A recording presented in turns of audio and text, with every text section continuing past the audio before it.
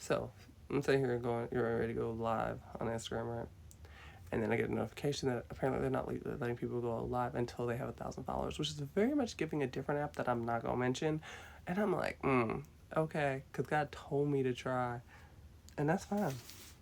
Because you know what we're gonna do? I just have it on a video, and then we're gonna post this video, and this whole thing is gonna be on our page because why not? So I don't know if it'll let me post the full thing, but regardless, this is gonna immediately go to YouTube because I don't know how long this is gonna be. So for the recap, for people who have not watched the first Bible study, did not watch the highlights on Instagram, nor did you start on, because I haven't posted all of them on YouTube yet, but you aren't over there yet. I'm basically gonna recap what we've done so far, and then this will be live on our Instagram page. So if you ever decide you want to see the other ones, because I didn't just go over Daniel so far, right? I think I touched on Luke 2:10 maybe, but I'll go back and figure out which ones it was. So for those who want to know where we're at, we are in Daniel 2, talking about Nebuchadnezzar's dream. What you need to know about Nebuchadnezzar is right now he is king, and this is the second year of his reign. At this moment in time that we're reading, this man cannot sleep, okay? His spirit is troubled, and he's having dreams. The reason I'm laughing is because when I say, like, think about it this way. This man is basically experiencing insomnia. Nothing is working. He's having these dreams that he does not understand, so that's driving him crazy because now he's sitting there like, what does that mean? What does that mean? And trying to figure it out. And on top of that, like, he's probably anxious and irritated and frustrated. So he got all this, and so you know what that does to you, like, emotionally, mentally, like, how you actually, like, react to things. I want you to remember that I said that. So he is like, I can't take this anymore. And he calls on magicians, enchanters, sorcerers, and the Chaldeans. I think I'm saying that right. If it's Chaldeans, somebody just let me know. And then to be summoned to tell the king his dreams. Basically, like, help me figure this out. But that's not how he phrases it.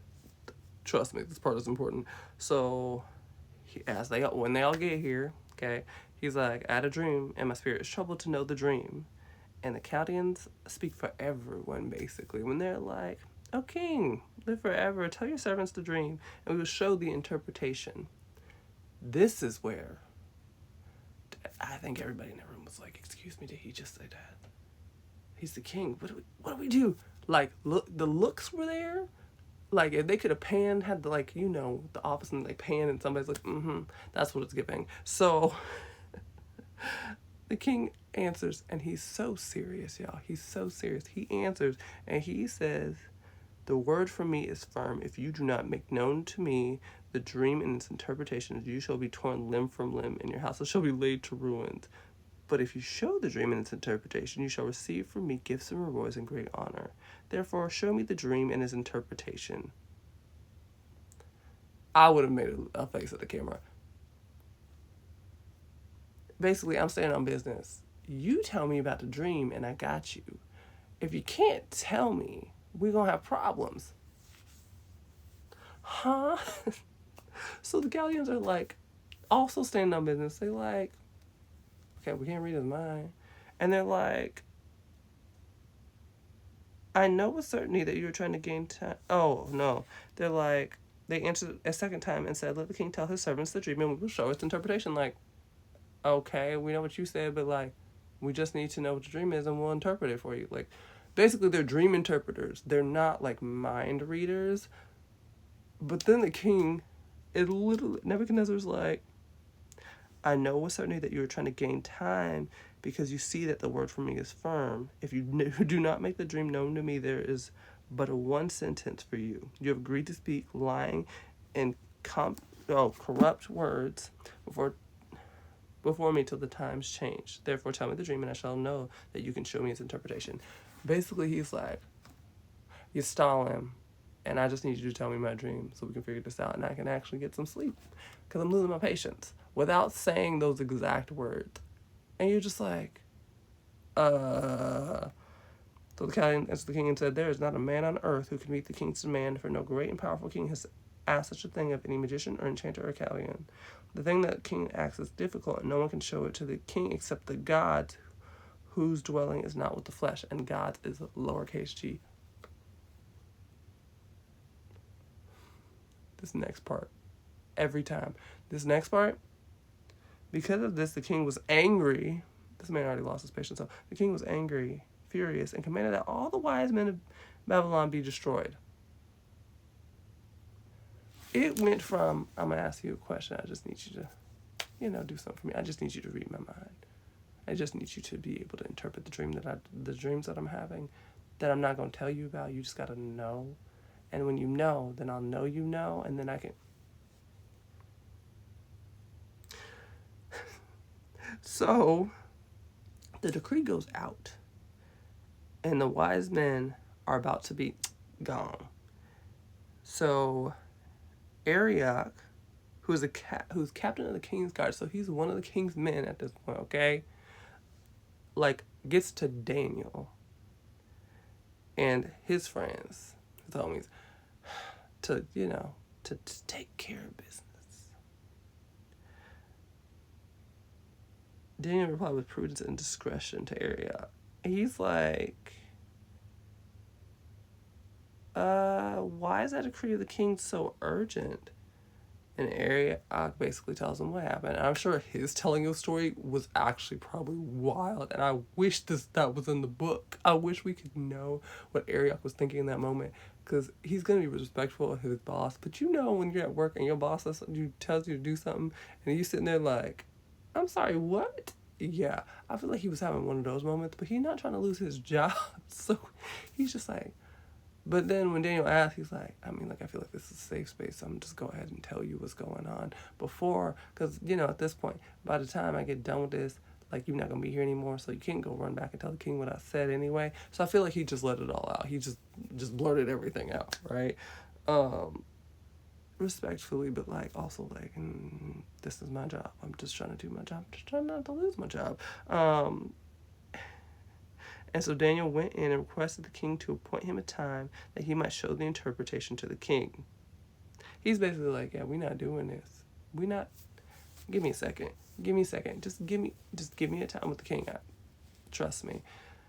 And so he went to his house and made that known to Hananiah, Mishael, and Azariah, his companions, right? And told them to seek mercy from the God of heaven concerning this mystery.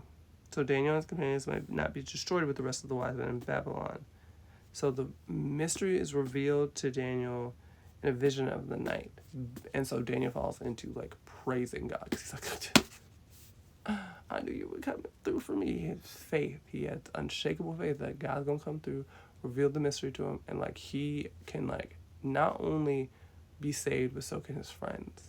And honestly, maybe even all the wise men in Babylon. Because at this point, Arioch, I don't think it's finished. So, maybe the rest of them, he can, So, he falls into that, praise.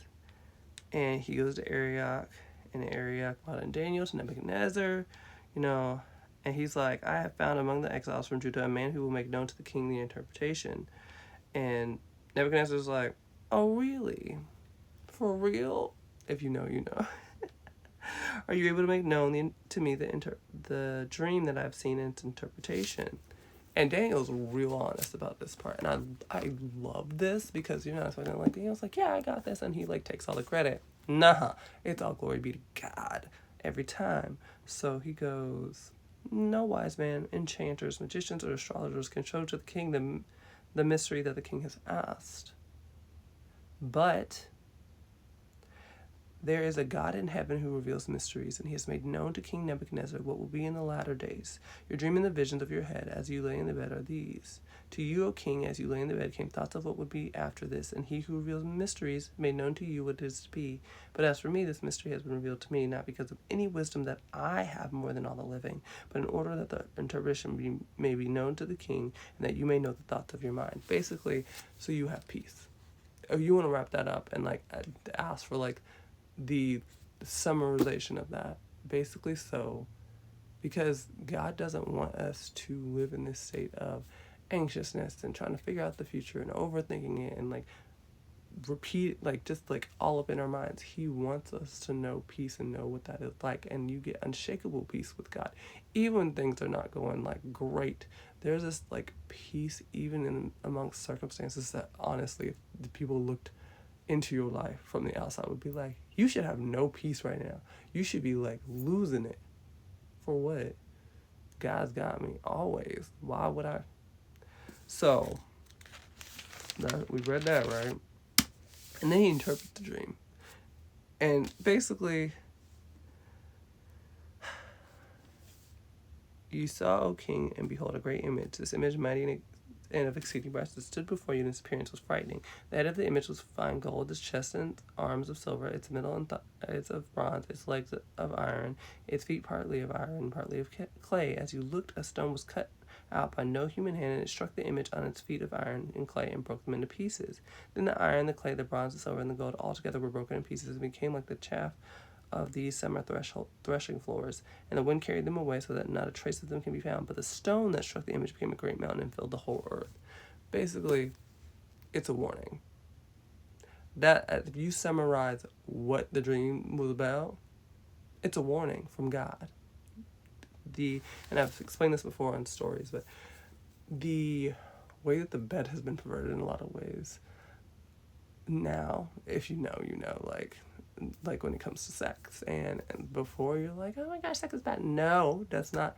Kingdom Unplugged, where faith meets culture, is not a place where I'm gonna sit here and tell you sex is terrible, sex is bad. Sex should be like union. It should be a place of something beautiful and something, people should experience pleasure. Like, I have my own thoughts on this. I do not think sex itself, just like money, just like social media, just like all the things that people call evil, like, itself is wrong. That's not what I'm saying. But the bed in particular has been made to be this place where, like, y'all know, if you've grown, you know. I don't know how many kids are going to watch it, so I'm just leave it at that. The bed is actually a place of communion with God. And before you're like, what? Churches... Thank you, Peanut. That's God's confirmation kitty right there. The bed, because we all have dreams, we just don't all remember them. And before you're like, no, we don't. Science literally proves that we all dream. Like, science, if you really want to get technical with it, and because everybody that wants to, like, basically separate science from religion, remember, this is where faith meets culture, that's not what it should be. Everything is under God, so why would we separate something that God gave us to better understand things?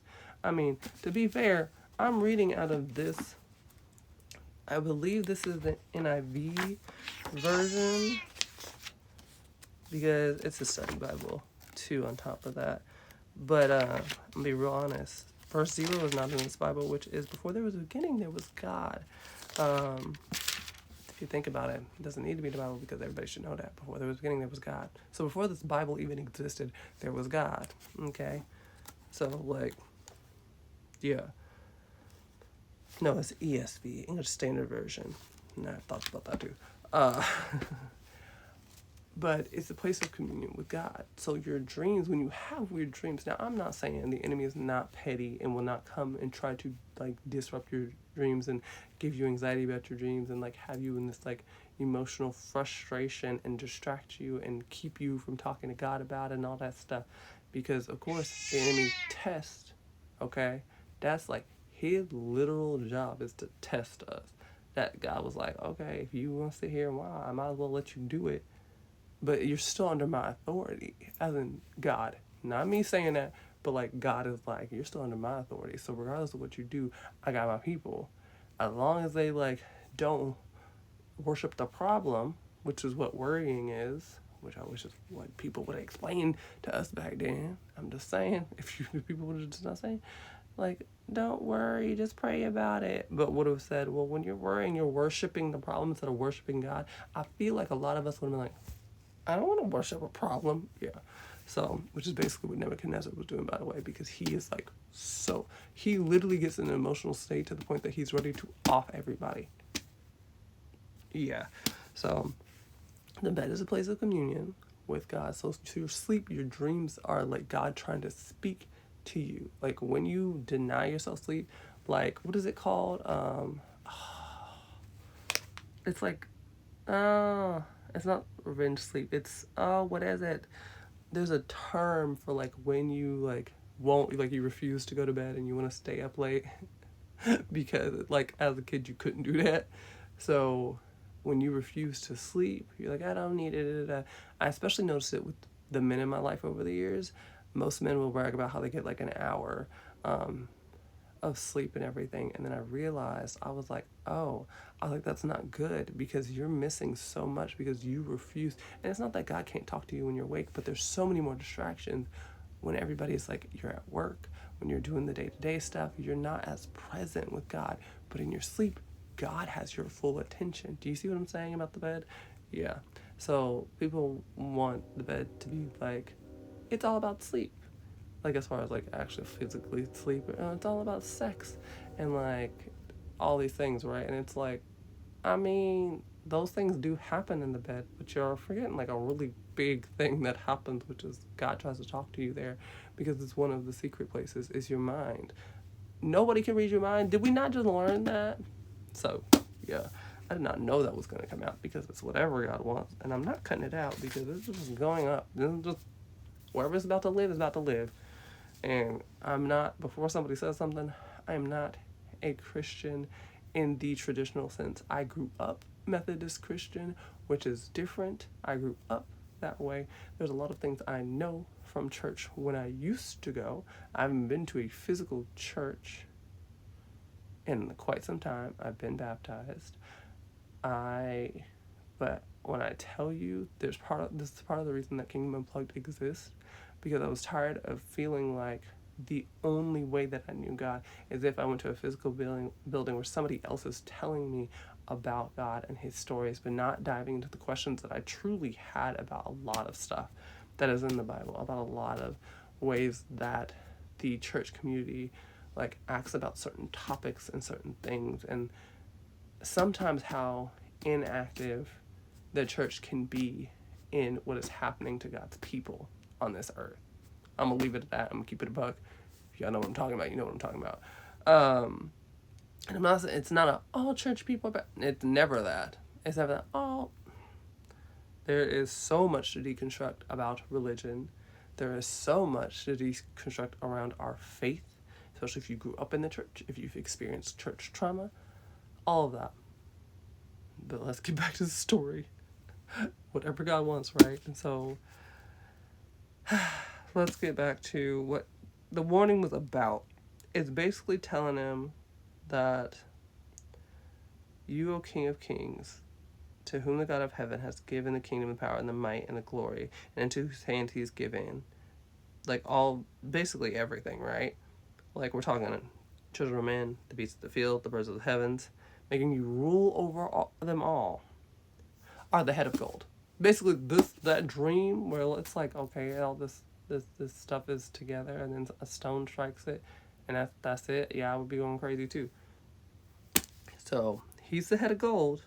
Another kingdom inferior to you shall arise after you, and yet a third kingdom of bronze which shall rule over the earth. And there shall be a fourth kingdom strong as iron, because iron breaks to pieces and shatters all things.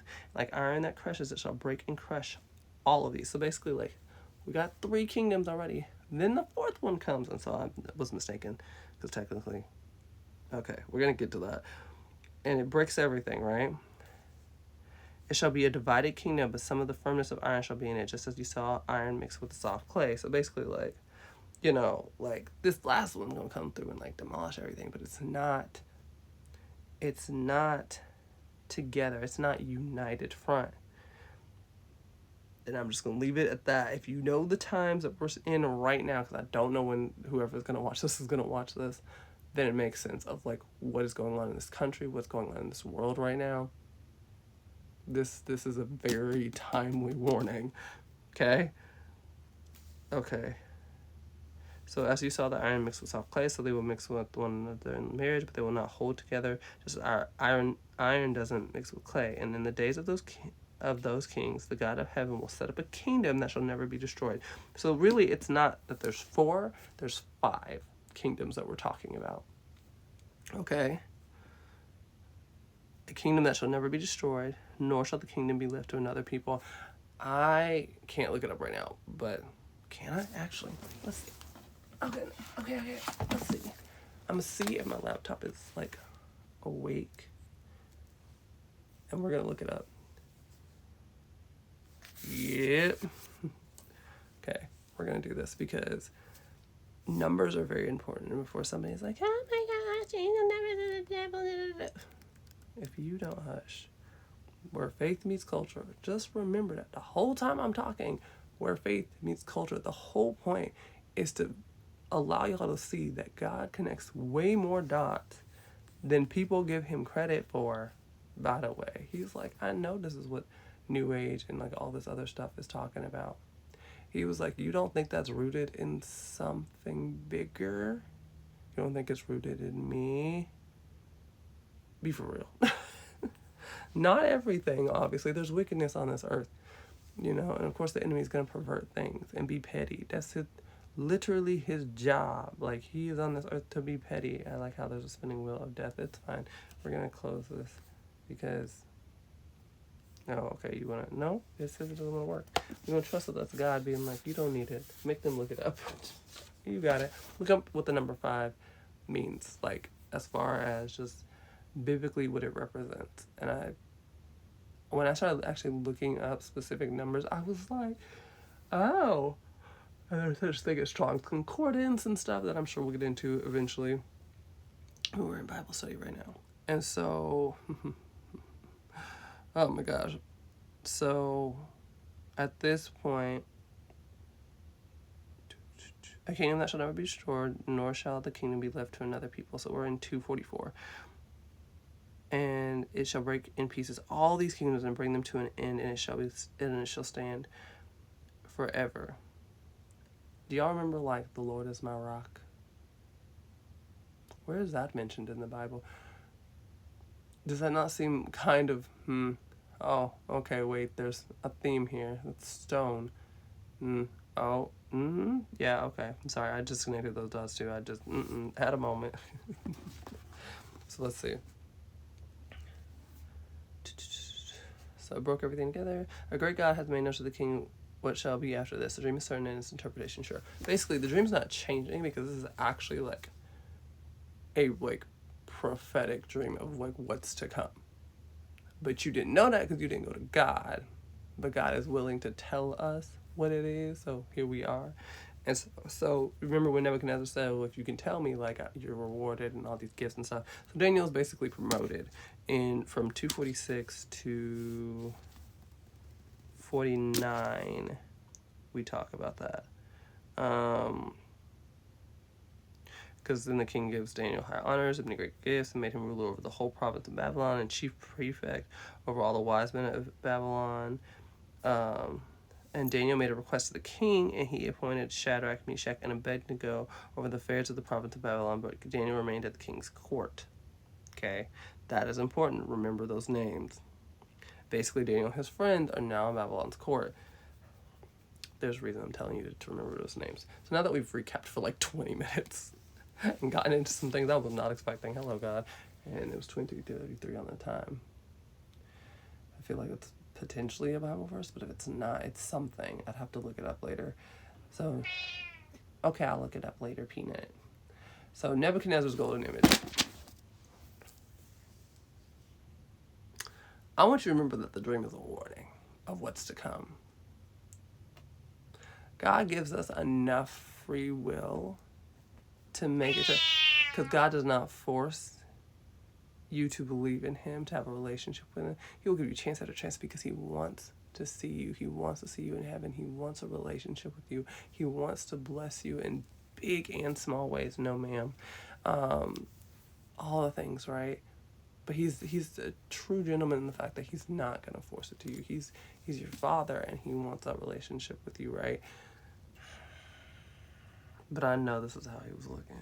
I know he probably looked more like Bad Bunny, where he was just like, at this point, because by Daniel 3, because I haven't actually read this out loud, so let's read it together. King Nebuchadnezzar made an image of gold, whose height was 60 cubits and his breadth 66 cubits. He set it up on the plain of Dura in the province of Babylon. Then King Nebuchadnezzar sent together the satraps, the prefects and the governors, the counselors, the treasurers, the justices, the magistrates, and all the officials of the provinces to come to the dedication of the image that King Nebuchadnezzar has set up. So you made a golden image. You made an image of gold. And you brought everybody together to celebrate said gold. Like, it feels like when, like, somebody warns the mayor of something, and then, specifically the mayor in Powerpuff Girls, let me just be honest, and then, like gives a warning to the mayor. And it's probably more like what Miss Bellum felt like. Like, oh, okay, she's Daniel in this situation. And she tells the mayor and the Powerpuff Girls about something, and he doesn't listen. Instead, he does the exact thing that God is trying to warn them about, or the people are trying to warn him about, or Miss Bellum was trying to warn him about. Okay, I'm sorry. Just a moment. So, and the satraps, the prefects, the governors, the counselors, the treasurers, the justices, the magistrates, and all the officials of the provinces gathered for the dedication of the image that King Nebuchadnezzar had set up. And they stood before the image that Nebuchadnezzar had set up. And the herald proclaimed aloud, "You are commanded, O peoples, nations, and languages, that when you hear the sound of horn, pipe, lyre, trigon, harp, bagpipe, and every kind of music, you're about to fall down and worship the golden image that King Nebuchadnezzar has set up." It was already bad that you were making a head of gold. Like you were already making a golden image and gathering all these people to see said golden image. So there just feels like there's writing on the wall. They're like, you should stop while you're already behind.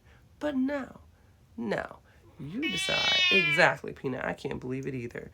You decide that you want everybody to worship the image, when the image is not the one who revealed the mystery to you. The image didn't do jack for you. It didn't even exist yet. And you want...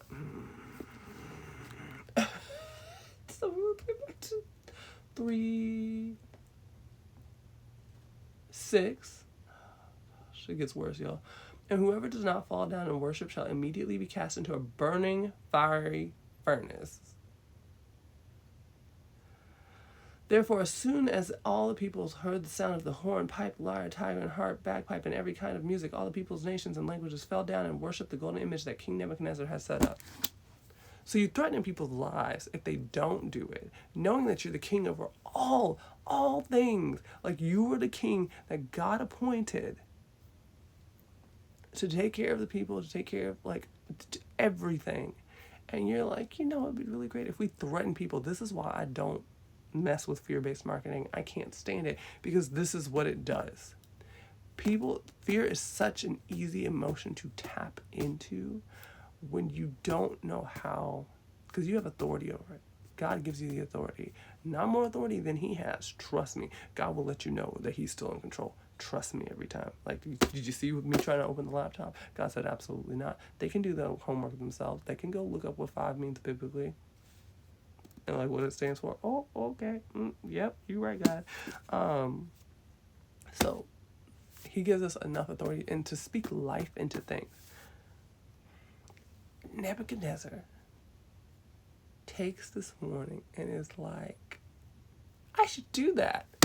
You heard nothing else, Daniel said. You didn't hear anything else about the stone, about anything that was coming after you. You just heard the part about gold, and then that's where your mind got stuck, and then you started planning this out. Because I know that's exactly what happened. You started planning out how you could make an image of gold that the people could worship before Daniel had even finished interpreting the dream. So you're going to fail the test, basically. Got it. Like, with rapid succession. Like, failing expeditiously. Got it. But then we get to my favorite story. Now, the reason this is my favorite story is because it's a reminder to have faith of a mustard seed. To, like nothing is coming between me and God at this point. Like, I don't care who you is. I don't care. Like, oh, like, you can... My time with God is sacred. Doing my best to honor Sabbath is sacred. Like, all of that. And technically it's Sabbath Monday for me right now, which is why I'm laughing that God has me up in here doing this Bible study, because I did whatever God wants, and often at times it means being in my Bible a lot.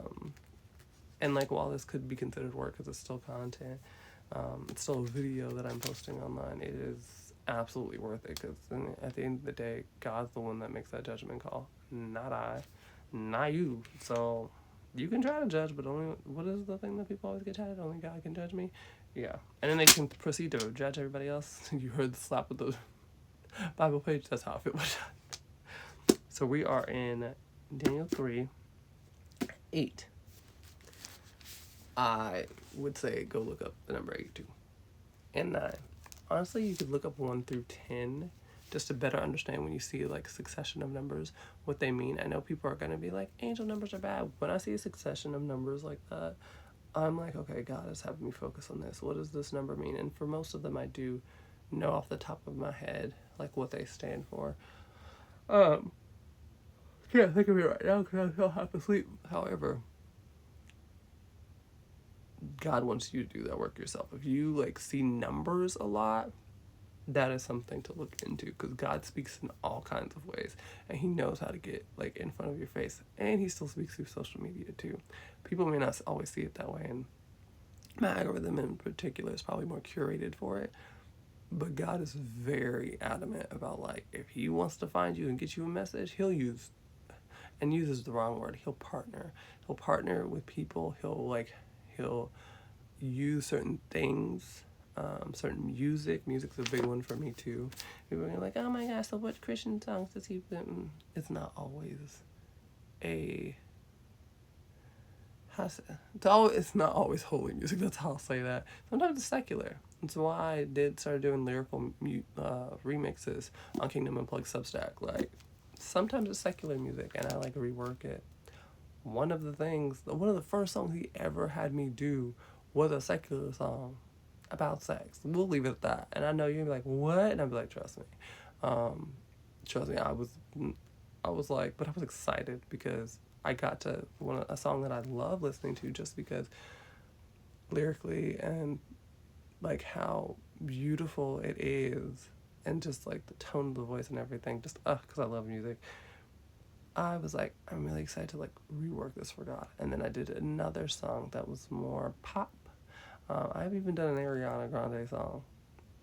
I did POV. Yeah. So it is what it is. You ain't gotta agree with it. 32 on the duration. I don't know what that stands for, but I'll ask God about that. So the fiery furnace, Daniel 3:8. Therefore, at the time, so remember, the people who do not fall and worship this golden image are going to be thrown in the fiery furnace. I just want you to remember that. I want you to remember that Daniel and his homies are in the Babylon. I want you to remember all these things, okay? Like, they got some power. Like, they more middle management, but they still got some power. So, therefore, and some influence. Let me be real specific about that. Therefore, at the time certain Chaldeans came forward and maliciously accused the Jews. They declared to King Nebuchadnezzar, O king, live forever. You, O king, have made a decree that every man who hears the sound of the horn, pipe, lyre, trigon, sorry, I've been saying it wrong the whole time, trigon, harp, bagpipe, and every kind of music shall fall down and worship the golden image, and whoever does not fall down and worship shall be cast into a burning fiery furnace. There are certain There are certain Jews whom you have appointed over the affairs of the prophets of Babylon, Shadrach, Meshach, and Abednego. These men, O king, pay no attention to you. They do not serve your gods or worship the golden image that you have set up. So, you're telling me Daniel done told you about the dream. You make the golden image for people to worship. But you don't just want them to worship that. You want them to still worship the gods who did not show up for you. Because if I'm not mistaken, and somebody can correct me if I'm wrong, if I'm not mistaken, the deconstruction of the gods, the Greek gods and everything, is that it's not that they didn't exist in the same times that God did. It's that they're fallen angels, if I remember correctly, if I remember that correctly. If you know what I'm talking about, please chime in. But that makes so much sense to me if we look at the chaos of the Greek gods. I'm just going to leave it at that. And I don't know that those are specifically the ones that they're referring to. That's just who came to mind, the ones that people tend to know culturally. So, So let me see. So at this point, so Daniel's not present for this part, but Shadrach, Meshach, and Abednego are like, we ain't doing this. Do you know our God in heaven? Like, the one that revealed mystery? And I know they talking, like, about this when they not going and falling. Like, they looking at each other like, I ain't doing this. Like, then Nebuchadnezzar, in furious rage, commanded that Shadrach, Meshach, and Abednego be brought. So that they brought these men before the king. Nebuchadnezzar answered and said to them, Is it true, O Shadrach, Meshach, and Abednego, that you do not serve my gods or worship the golden image that I have set up? Now, if you are ready, when you hear the sound of horn, pipe, lyre, trigon, harp, bagpipe, and every kind of music, to fall down and worship the image that I have made, well and good. But if you do not worship, you shall immediately be cast into a burning, fiery furnace. And who is the God who will deliver you out of my hands? Basically, like, you're not going to stop me from doing that, Peanut, please. Like, you're not going to stop me, therefore. Sorry, I'm trying to make sure she's going to go up there and lay down instead of yelling at y'all. Therefore, just do it. Like, what's the big deal? I want to remind people of something, because I think about this every time I think about the story. God is a jealous God. Like, that's the part that people don't really talk about as much. God is a jealous God. If you ever want to know how jealous, look at the idols in your life and what happens around them. So, like, let's say, for instance, like, you spend more time drinking than you do with God. I said what I said. Baby, like, God will let you fall to that idol. Like, you want to worship? Bet. He'll let it happen. Not because he doesn't want a relationship with you. And he'll still give you, like, chances. He'll give you warnings. He'll give you what he'll continue to put things in your path so that, like, you can change your ways. But you can fall to that idol. You can fall to ego. You can fall to pride. Did we not see the state of the country right now? Sorry, I had to say it. You can fall to a lot of things. And so there's one of those cases where it's like pride is getting in the way of Nebuchadnezzar. Like, Nebuchadnezzar, his pride and his greed, he heard nothing. There's a reason they're called the 7 deadly sins, y'all. Excuse me. Like, he heard nothing after gold. I promise you, there ain't no way that man heard anything after gold. Like, I'm like, there ain't no way. No way. So, this is what my favorite part is. After, like, Shadrach, Meshach, and Abednego are, like, answered and said to the king, because we're in Daniel 3:16, O Nebuchadnezzar, we have no need to answer you in this matter. Basically, we ain't got to answer to you. If this be so, our God whom we serve is able to deliver us from the burning fiery furnace, and he will deliver us out of your hand, O king. But if not, be it known to you, O king, that we will not serve your gods or worship the golden image that you have set up. Basically, like, you can go ahead and throw us in there. Whether or not you do, God is still the King of Kings, and we not flinching. Again, we stand on business. Have we not learned that? Everybody's standing on business. The wisdom just, is it kingdom business or worldly business that you standing on? Is it God's business, the King of Kings, or some... I'm trying not to say the word I want to say, but if you felt it, you felt it. Forgive me, Lord. So, some mess. I'll say it that way. Some mess. There we go. So, then Nebuchadnezzar, because basically he's upset that they just don't be like, oh, we'll do whatever you say and immediately do it. They're like, yeah, no, we good.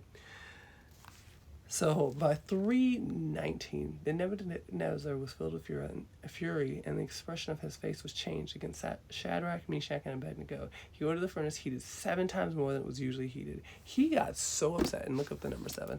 He got so upset that he was like, I'm going to turn this up hotter, so there's no way you can physically survive this. No way. Okay?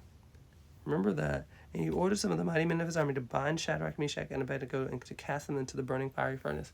Because it's like he thought they were going to fight going in there. So he was like, I'm going to get my strongest men to basically make sure they can't, there's no way they can physically just step out of there because it's so hot. They just immediately jump back out and all they have is burned or something like that. Like he wanted them to go. Okay, remember this.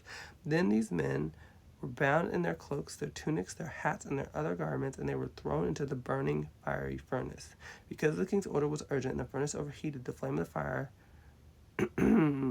those men who took up Shadrach, Meshach, and Abednego. And these three men, Shadrach, Meshach, and Abednego, fell bound into the burning fiery furnace. Basically, the mighty men that were throwing them in there, because it was so hot, because it was against the safety regulations that were probably had been set in place by whoever the safety person was, yeah, they got burned up. I'm going to say it that way. But Shadrach, Meshach, and Abednego fell in there. So you're like, oh, okay, they got burned up too, like immediately, because it's 7 times hotter. Like, they're wrapped in like all of this like heavy stuff that will burn. Like, but let me tell you about my God who I love and serve. Our God I love, that we love and serve. Then, this is 3:24, Daniel 3:24. Then King Nebuchadnezzar was astonished and rose up in haste. He declared to his counselors, "Did we not cast 3 men bound into the fire?" They answered and said to the king, "True, O king." Like, basically, like, yeah, we all just witnessed this. There's only 3 men. They're like, is this man losing it again? We don't have time for this. He answered and said, "But I see 4 men unbound walking in the midst of the fire, and they are not hurt. And the appearance of the 4th is like a son of the gods." They were like, if it's God's will for us to go, it's God's will for us to go. And if it's not, he'll deliver us from this. So, like, we're not changing our mind. Unless God says it, we're not doing it. We're not bowing to this. We're not worshiping this. We're not crazy. We know that we serve a jealous God. We know that, like, that is denying God by doing that. Throw us in there. Because they know the God that they love and serve. Whatever God wants, whatever God's will is, that's what they want for their lives. That is a powerful place to be in, especially when in your face is like a threat, and not an idle threat, by the way. This is the king on this earth at this point. Like, not an idle threat. They knew the authority that God had given that man, this king, and still said what they said. I know, Peanut, I'm coming.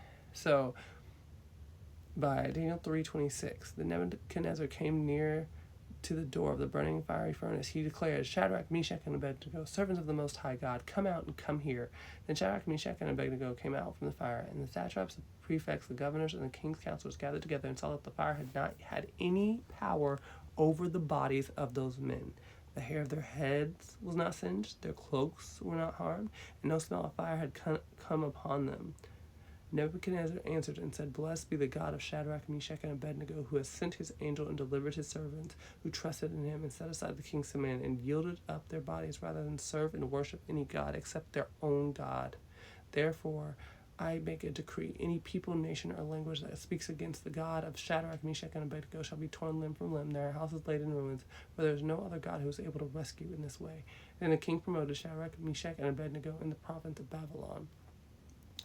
And really, like, I'll get a little bit into Daniel 4. Nebuchadnezzar praises God. King Nebuchadnezzar, to all peoples, nations, and languages that dwell in all the earth, peace be multiplied to you. It has seemed good to me to show the signs and wonders that the Most High God has done for me. How great are his signs, how mighty his wonders. His kingdom is an everlasting kingdom, and his dominion endures from generation to generation. Okay, I want you to remember that, because remember that Nebuchadnezzar's dream is certain. Okay, remember that. And there's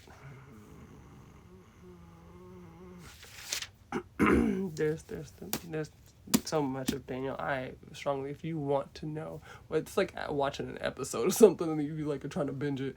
If you want to know more, you're to pick up your Bible and get into it. If you have questions, you're free to ask them on this. There are so many questions I have about the Bible as we know it. So many things that need to be just asked and questioned, and this is not the only Bible I have. So I also have the Ethiopian Bible, and if you do not know what that is, there are books in that Bible that are not in the English Standard Version, and I'll leave it at that, because if I get into the story of Enoch alone, we'll be here forever. We'll be here for, I think the first time I ever thought about that, I would literally in disarray for like 2 hours at least about it, because when you look at Genesis, it talks about how long everybody lives, and it's a long time. It's like past 100 plus years. And it was 44 on the time. This is so funny. Guys, like, keep talking. And so that's not a roll my eyes like, oh my gosh, God, why? It's more of like, of course, because whatever God wants, God's plan, God's will. I don't know why I thought I was going to stop anytime soon.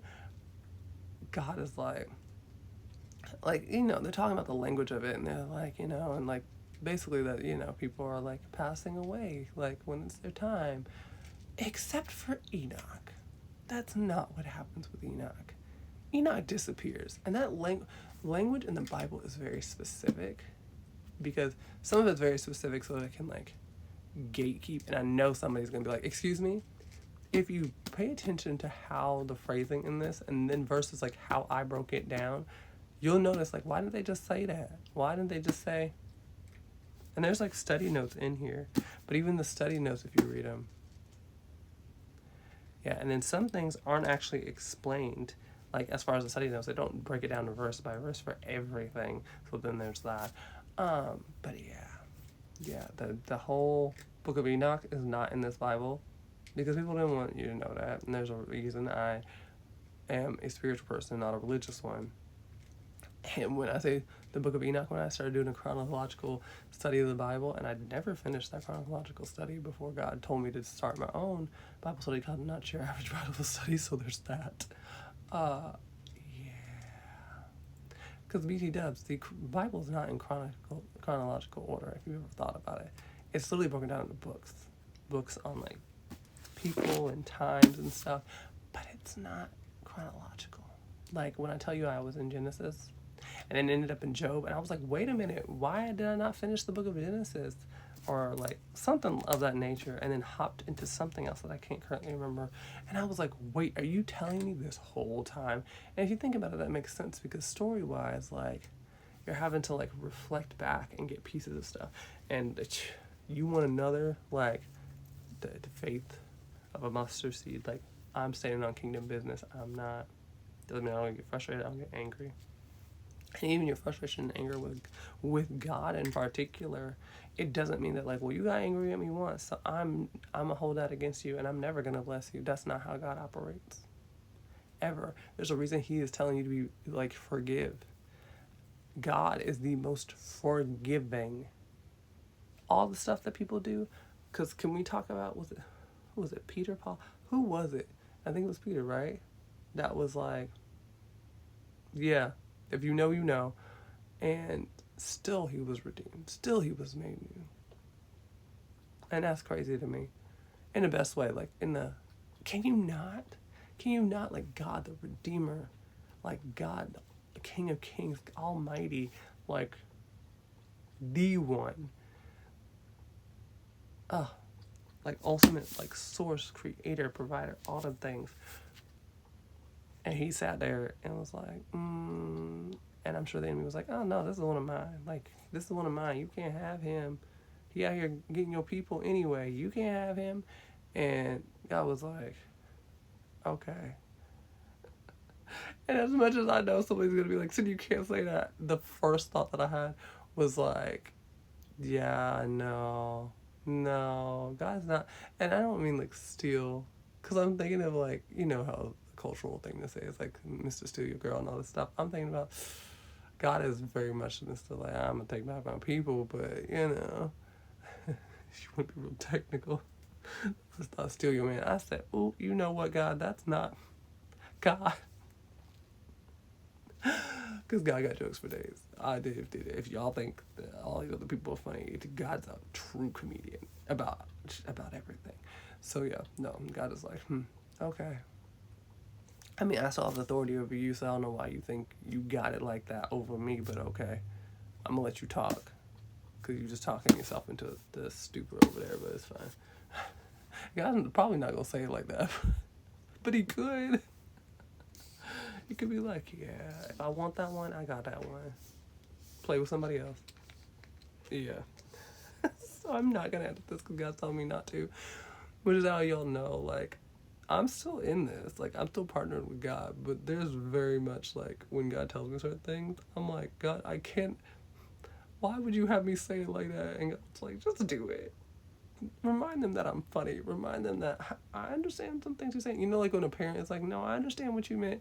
And they, like, say some, like, lingo that you, like, are like, ooh, they're not supposed to know what that is. Yeah, very much feels like that. It's fine. It's just very funny. So yeah, did all of that without drinking most of my water. While getting over sick, so my voice was trying to be taken out because clearly we need to go over this today. Clearly I needed to make a 50-minute video Bible study of this. Worth it though. Absolutely worth it, because that's my favorite story. Like, oh, you thought you had them. Yeah, no, you didn't.